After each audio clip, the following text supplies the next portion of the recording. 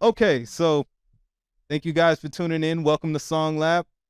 We are back March 19th, doing things a little bit bigger and better and still keeping things fresh. We got new artists. We have wonderful people here to give you a good insight to what's going on in the community. So I want to introduce the two people in front of me.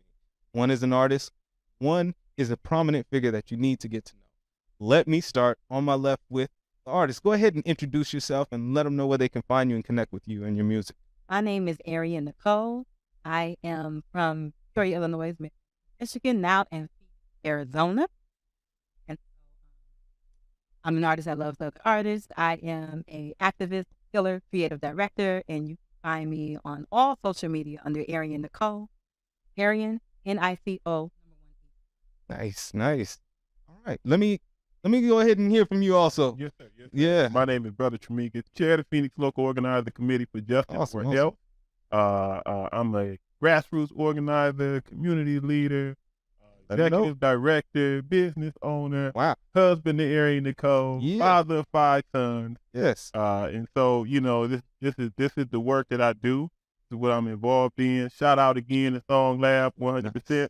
Appreciate you all allowing us to come in and do this interview. This is the first interview we've done together, a podcast we've done together. So that's a beautiful thing. So thank you, brother. Oh, well, you know, it's first all around, and that's to be celebrated. But also, think about this. We have creativity connected to a passion and purpose. So that right there is powerful. And you're looking at that. So when they try to say that you don't have any good examples of that, well, we definitely got that. So let me first start with you, Brother Tremikus. Yes, sir. Let me hear about what you've been doing in the community and really what got you to where you are today and why. Oh man, that's a deep question. I'll start from the last question. Try to make it brief. Started when I was 16 years old, in Flint, Michigan. Mainly focused on what they call gang intervention. I don't like to call it gang intervention. I was just talking to my brothers. I joined the Nation of Islam, and from that point forward, I left that life at 16 years old, and then tried to become an example for brothers in that life to come out of it. So I started that back when I was 16 years old, and then things moved on, and I matured and I grew in my understanding of what we needed to do. So I chair the Phoenix LOC. Our idea is to develop our community's needs, right? To not depend on others to do us, but we got the ability to do for ourselves, whether that's growing food, whether that's teaching business, whether that's art and culture, whether that is school, education. We did our first summer school program last year. We get ready to do another one this year, centered around Black education, right? We wanted to make sure that not only did the students have Black teachers, but that the students had a curriculum developed by Black people. They can take back control of their own little Black mind, right? Yes. Right. So, yes. Those are some of the things that we do: science and technology, defense, learning how to, and I think you experienced one of our self-defense classes, but really learning how to prepare our community for anything that may be coming that will harm us. You know, we've seen what's happened in the past. It's one thing to pull out a cell phone camera and record, but it's another thing to be able to defend yourself. Yeah. Right. And provide protection for your own community. So we move in that way. Black independence, self-reliance, doing for self, being dedicated. It's a group of brothers and sisters, and we're not all the same religion. We're not all the same belief. We're not all from the same education background, but we all believe in the advancement of our people. So that's a kind of a nutshell framework of what we do. Well, that's a big nutshell. Yeah. Definitely a hard one to crack, but I see that you're working your way at it. Yeah, brother. Yeah, we've been working at this. We're going in our 8th year of this type of work, and it's been rewarded because what it's been for me and others, it's been life changing. Because we got history behind us, and we can look at those who fought for freedom, liberation, and we can study them, and we can understand what they were attempting to do, right? and then we could build on the back of that work, right? We don't have to just be historically looking at it, right? We can look at it and say, okay, these were the steps they made. You know, let's take it into the future, right? Let's take it to the next level. And it for me, it's very critical sport, because I always say my sons might have to fight. They won't have to fight the same fight that I fight. That's good. That's good. That's good. We want to change the fight to where we're moving up. We want to progress up into bigger and better fights. You know, there's bigger things for us to fight. So I love that. And honestly, I bet that has had some effect on your wife's music as well, like all the things that you guys do, as far as being involved in the community and everything that you've done. But I know you have your own story to tell. Right. Don't let me diminish that. Let me go ahead and give you a chance for people to be introduced to you and let them know about what it is that you are doing. Like, as far as like, not only with just the music, but, you know, that you do alongside of. Well, inspired to get into, first and foremost, I was like 8 or 9 years old. Mother had a record player, so she put all of that into me. I started writing and singing and songwriting. Stevie Wonder, Rakim. See right there. Nice. Fire, Phil Collins, Michael Jackson, like everybody, right? But one of the things I really was led with, even as a child, was the condition of, because the apartment complex that I grew up in, each apartment was a different story, and it was a trauma. And I, you know, in my mind, I knew that there had to be a resolution. Yeah. And when I listened to Stevie, I heard a higher level of healing and consoling. Like, the music has the capacity to take you away from it all. It makes sense. And I said that, wow, that's a superpower. I want to be like them. I want to administer a medicine.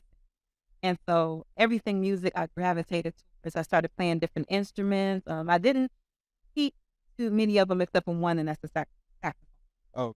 My mother, you know, in jazz, like the jazz really hit me. And so I do produce music. I write music. I belong to a national songwriting organization. And when it comes to the activism, my husband and I both had joined the NOI. Okay. And I heard about them early on. So my mother had me watch a video tape. I was like 8 years old. You know, they're different. They're late, you know. Yep. And I said, oh my goodness, when I become an adult, that's where I'm going. And so I did. I was like, you know, I did my thing first and then. Yeah. But yeah, that's why I really heard the message of nationhood and nation building. And then I found my place and I dedicated my life to that. And that's one thing I was say, like, this, we live this. Yes. And it comes out in the music that. Oh wow. Nice. So it is the base of your music because it's your life. Your music is still your life and it has been your life. That's awesome. That's what I derived from it. So that's wonderful to hear. That's wonderful to see. I think the artists nowadays, you know, say the ones that are looking towards a status or looking towards a type of position, can lose connection with their base, with, you know, why they do what they do, and they don't have enough to back up the music they make, so it could dry up the well. But I think that will make sure that it's a you know, well, what is it? The fountain of youth, right? Or, you know, yeah, that there's definitely water in that well for you to draw from, so that the creativity keeps flowing. So that's awesome. I like that. If I make a song called Water in the Well, I'll think. Hey, please let me know. Hey, I have no problems accepting any writer credit. No, I'm done. But no, that's awesome, and that's great to hear. So thank you guys for coming. I mean, it's wonderful having you guys here. I mean, as a team, but just your influence here. So, I mean, definitely connect with the other artists, give them some of your energy because they're going to need it. And we need more people to, you know, come into the fold, come into the community and work with each other. So we have this network that we're looking to have. Yes, and I thank you for your work. Let us just say that it is important nowadays. Everybody's looking at where to find a community garden, and you've been doing this. Right. Right. You've been setting these things up so the community can have a garden. Yeah, necessary, man. You know, we have to take our food security theory. And the 100%. thing for us was, you know, they talk about food deserts and things of that nature, but we got land all around. Yeah. And if you farm the land, what do you need? What do you need to worry about a food desert for? So that's a perfect example, right? Because that was us saying, listen, we don't have to depend on the food bank. You don't have to go stand in line. Go to the earth, take a seed. You may pay $2 for a pack of seeds and go, brother, in our front yard, we're growing two orange trees, artichokes, tomatoes, bell peppers. In our backyard in buckets, we got garlic and broccoli. In our bed, we got beets, we got carrots, sunflower. This is in my, and I live not, we ain't got a big large yard. We talking about an apartment, right? So when you think about what we're able to produce from the land, the minister said the wise use of the land, right? It's critical. And then here's the thing, and I'll say this, all over the world, when you go to Black nations, go to the Caribbean, go to Africa, one of the key things that you find that's congruent all the way through is though we the indigenous people of those lands, or we are the major population of those lands, we don't control the land. We don't even grow our own food. We bring our food in. Think about the idea of African starving.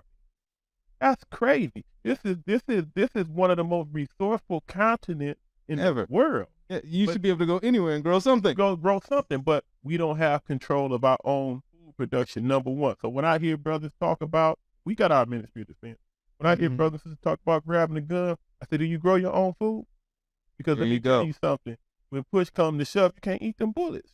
Pretty much. And if your enemy understands, we see it in Ukraine and different wars, they cut off the supply line, right? So our thinking has to grow. It has to mature. It has to develop, because we are not a people who can say that we've ever been accepted in the dominant society worldwide.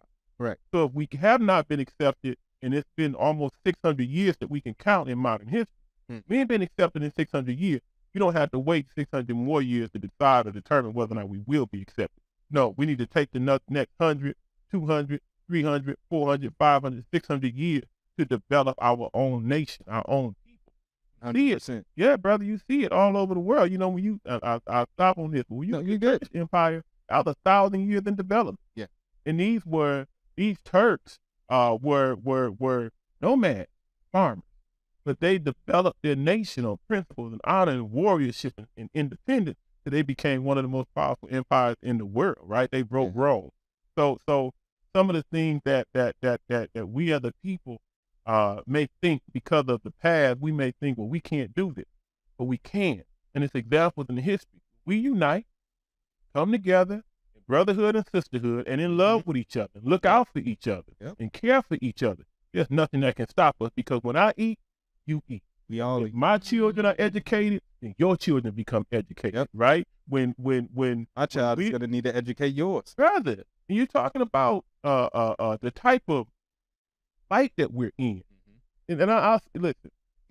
We are people. I'm sorry. No, you're good. But we are people, brother. You got to chop it up. But we are people, brother, who have literally had a history of watching the assassination of our leadership. Thomas Jefferson lived to be 70, almost 80 years old. So European Americans got the benefit of his wisdom both in his young age and in his youth. But Malcolm was cut down at 39. Martin was cut down at 39. So the assassination of our leaders have robbed us of the wisdom of their development, both in their youth and in their later years. Well, if Thomas Jefferson's development led to the establishment of a nation independent of the European nation, then what would the development of our leadership have meant for us? So we got to take that in consideration. We are people who have been robbed, not just of our language, our religion, our culture, our continent. We have been a people who have been robbed of our future. So if that's your mindset, then how do you move in the world knowing that your future is at stake, 100%. Right? So we have to think differently, and that's what we're all about. We're all about not just activism, standing on the street with protests and signs. That's wonderful. But what about developing institutions? What about developing ideas? Last thing, George Washington Carver, I'm gonna paraphrase what he said.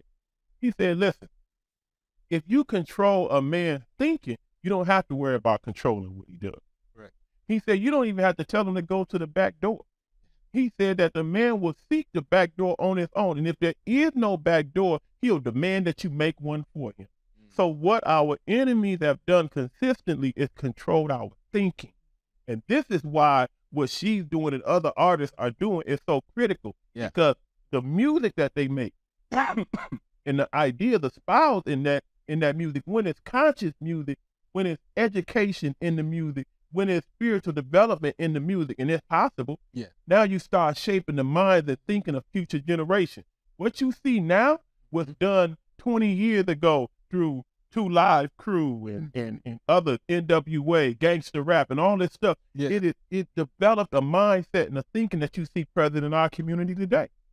We got to take charge of that. We can't have all of these artists and everybody trying to sign with Sony and whoever else they trying to sign with, when these people are dictating to them the music and the message that they put out. We got to take control of that ourselves. It's really always about who owns the relationship between you and the end user, so to speak, or the person, right? So even as you're saying, like, you know, they control our thinking. They program the way we do things in order to make even what we think is the correct choice within the box of predefined selected things that they're ready for.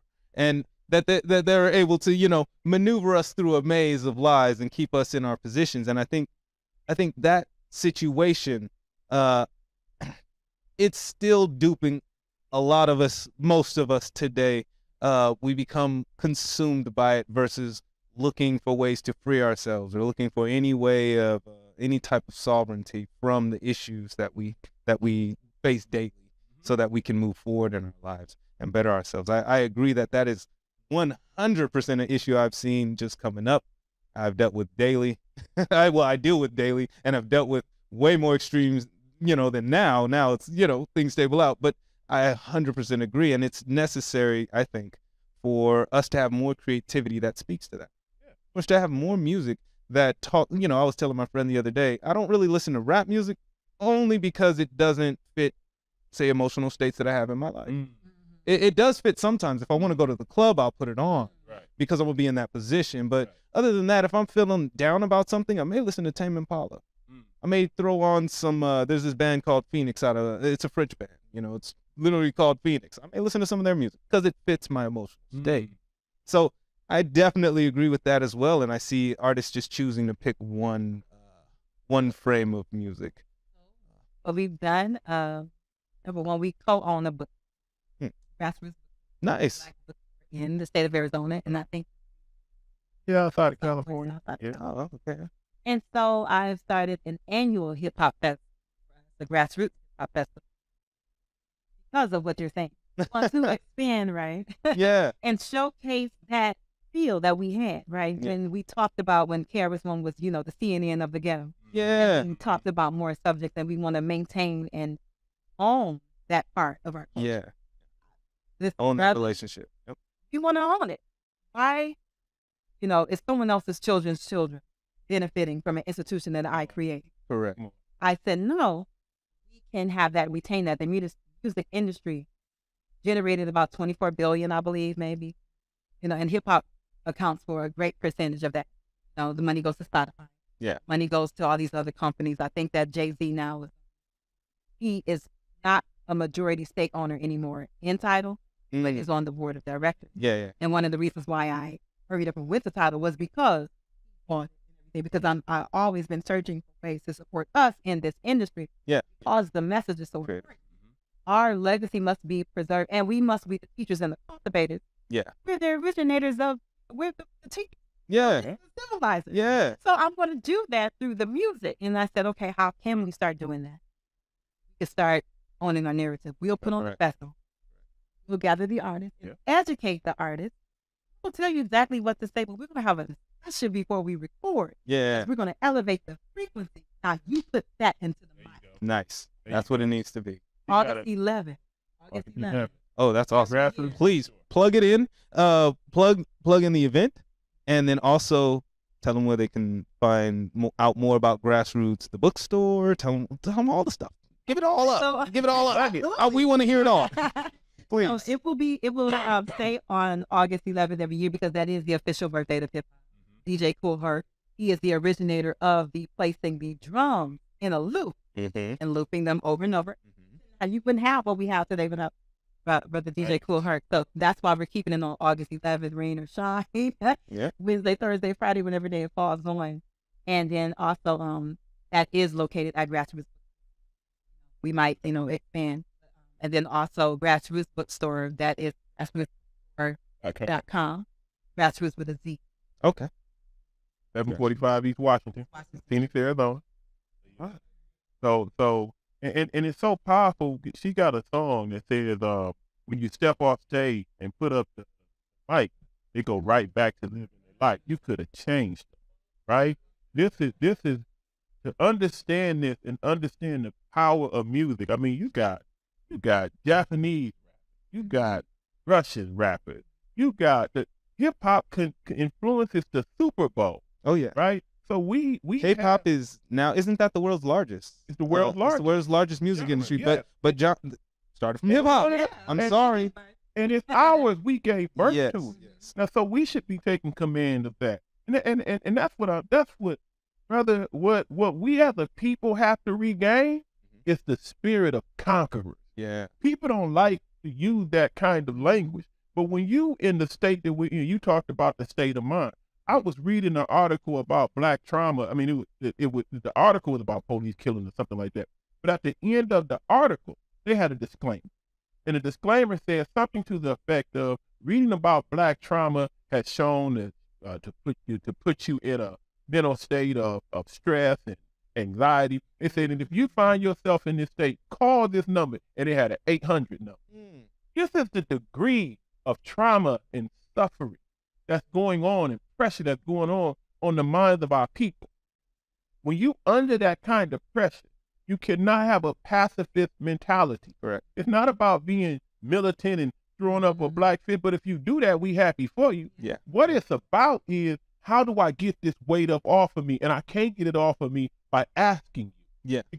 Because I've asked you and you continue the same system. You change the way that you do it, but the oppression is still there. Yep. I don't want to be happy because we got the first black CEO. Yeah. I don't want to be happy. Shout out to my sister. I'm proud of you for the work you've done, but I don't want to be happy because we got the first black woman on Supreme Court. Yeah. I don't want to be happy because we got the first black this and the first black that, because that's been almost 600 years in the making in the Western Hemisphere. What I want to be happy about is that we are establishing our own institutions of independence. Yep. What I want to be happy about is that we are establishing our own policies and systems that control our own community. That's what I want to be happy about, because the policies that are in existence do not serve us. And this is why we're constantly protesting and asking for policy change. 60 years we've been asking for policy change. We can't keep asking them if they don't have the willingness to do. So that's why the movement is called Justice or Else. People get scared. What's the or else? The or else is that if we can't get justice from you, which we have not, then we will do what's necessary for ourselves to develop our own community. That's the mind of a conqueror. And I've said, and just to tail end it, I've said to many people, even when I was transitioning from, say, unsavory work to more stable means, I've told many people, you may not even like the system, and I don't like it either, but when I think about by any means, that means anything. So I'm down to do anything, but that doesn't mean that you have me, that I'm stuck, or that I'm trapped with it, because we all know you can't trap. You can't trap the body. You can't trap. There's a certain danger in the reducing of the idea into a phraseology. And they say, by any means necessary. But what was the context of Malcolm's speech? By any means necessary. Well, everybody wants to go to the negative connotation of that, is what I really speak to of saying that. Still, by any means yes, let's build our own schools. Let's build our own bridges to get to our own people. Let's do what we have by any means, meaning if I have to work a job for 10 years just to make the money so then that my son can have the position to do something that will free us. That's at any means. I have no problem pumping that load or doing whatever I have to do, because those are the means that I can do. But if we're all working to make it by any means, and we all use our means to then help, bring it back into us, what can you say about that? The beauty of that is that what Malcolm was saying in the spirit of it. Yeah. You got your foot on my neck. Yeah. I'm going to get your foot off of my neck. You're not going to tell me how to get your foot off of my neck. You're not going to tell me that I'm doing it. Look at George Floyd. He was a man that literally put his foot in George Floyd's knee as people were standing saying, hey, he's dying. Yeah. Hey, and this man was pleading for his life to the point a grown man crying for his mother. Hell no. I don't know if I can say that on your podcast, but the reality is you're not putting your foot on my neck or your foot on my brother's neck, and I let you determine at what point, man, it's 9 minutes and 46 seconds that you want to remove it after I'm dead. No, we getting you up off of us. Yeah. And it's not just getting you up off of us physically. It's getting you up off of us economically. Yeah. Getting you up off of us spiritually. Yep. Getting you up off of us in agriculture, in justice. Get off of me, right? And I'm going to move and establish for myself a means that doesn't allow you to put me in this position again. Can I breathe? Is that heavy? Can I breathe? Give me enough room. Can I breathe? And so I understand exactly what you're saying 100%. No. You didn't get fired up. What happened is you're lighting the fire. You're bringing the spark. And that's what people need to recognize. And if we can get this out to more people, that's the best. That's what we're all here for. And essentially, I would say this. We hear this. Black people can't unite. Black people. What about our religious difference? What about it? The Phoenix LOC is the example. We got brothers and sisters that follow the E5, brothers and sisters in the Nation of Islam. We got brothers and sisters that are Christian. We got brothers and sisters that just quote unquote Orthodox Muslim. We got brothers and sisters who some are in college, some never graduated from college. Some may make six figures, some work in Insta work, whatever it's called, driving Instacart. Yeah. I'm saying that it's a diversity thing. Yeah. But what are we focused on? Are we sitting in the meeting debating who got the best God, debating who's got the best religion, debating who's driving the best car? No, we're looking at the condition of our people as a whole, and we're discussing the ideas and systems and plays that we need to make to change the condition of our people as a whole. And under that umbrella, we love each other, and we look out for each other, and we take care of each other. So we the example that Black people, no matter how diverse we are, if we are focused on the right thing, which is the rise of our people, the change of our condition, we can do it. And we can. So with that, I want to thank you guys for coming again. And I want you guys to please spread that energy, because we need these artists to sprinkle a little bit of that in the trap. You know what I mean? You know what I'm saying? If they can go ahead and share that, But other than that, if I can get you guys to once again introduce yourselves and then go ahead and give a shout out to SongLab so that people know where you're at, and let them know about all of the social medias, all the connections, websites, whatever they can do to get a hold of you and the content that you have to share. Arian Nicole, Stevie with Soul. And you can find me on Twitter, Instagram. Follow me on TikTok. I'm getting ready to drop something, okay? Listen, I'm doing you heard it. music videos tomorrow. I've been gone. It is exclusive. But we coming back. And so I'm happy to be, on SongLab. Big up. Shout out to SongLab. Arian Nicole. NICO #1E. And I'm Brother Tremikus, chair of the Phoenix Local Organizer Committee for Justice of Else. You can find us at thephxloc.org, thephxloc.org, social media, phxloc.org, Phoenix LOC, and me personally, Brother Tremikus, on all platforms from TikTok to Twitter and everything in between.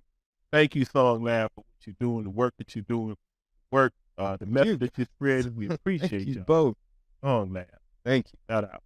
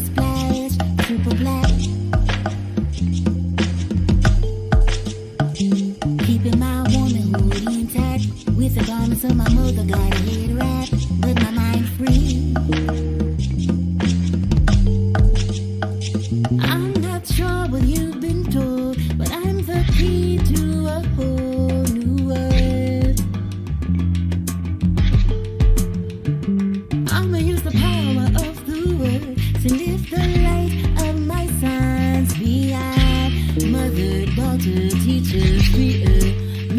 Don't you know I'm the soul of the revolution? Soul is the revolution.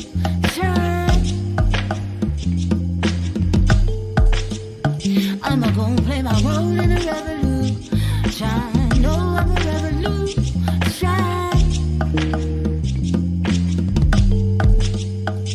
Tall as the sun, you steep. Hope you know you're the sun for me. Indeed. Can't find your origin empty. Trace you back through the annals of history. You are the origin. I'm not sure if you know the beauty of your black chromosome. Deep in there. Cornerstone of universe. Foundation of it all. Brother, father, ruler, leader. Don't you know you're the soul of a revolution? Soul is a revolution.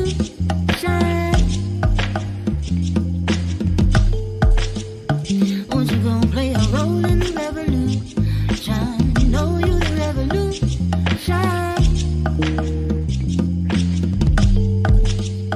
I share. I share. I say, I share. I say, I share. I share.